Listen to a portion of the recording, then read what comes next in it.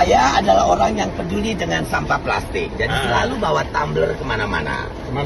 Kemanapun. Jadi tamu siapapun saya bawa tumbler sendiri. Partai Demokrat memberi tanggapan terkait pernyataan Partai Nasdem yang menyebut jika mantan Menteri Kelautan dan Perikanan Republik Indonesia, Susi Pujiastuti, memiliki kriteria menjadi cawapres Anies Baswedan. Respon itu muncul usai Anies Baswedan bertemu dengan Susi Pujiastuti Senin kemarin. Deputi Bapilu Partai Demokrat Kamhar Lakumani mengatakan bahwa sejatinya pertemuan Anies dengan Susi adalah hal yang wajar. Terlebih, keduanya pernah menjadi menteri di Kabinet Indonesia Kerja. Atas hal itu, Kamhar meyakini jika pertemuan antara Anies dengan Susi tidak ada kaitannya dengan Pilpres 2024. Termasuk terkait adanya kemungkinan Susi Pujiastuti sebagai cawapres Anies Baswedan.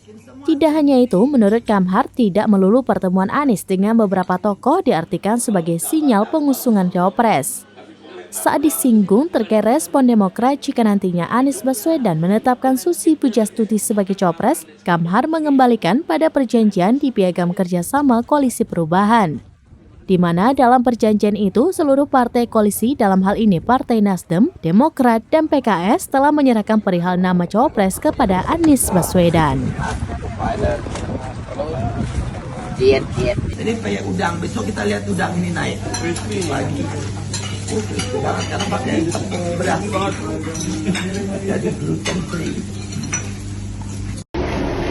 Saya adalah orang yang peduli dengan sampah plastik. Jadi selalu bawa tumbler kemana-mana.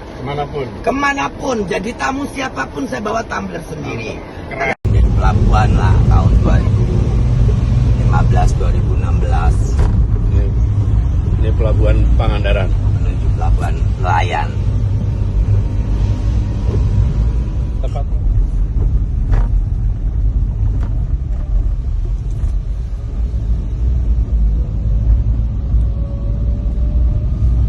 Nah, biasanya pelelangan ikan di sini, Mas, ada ikan. Oh, ada tuh.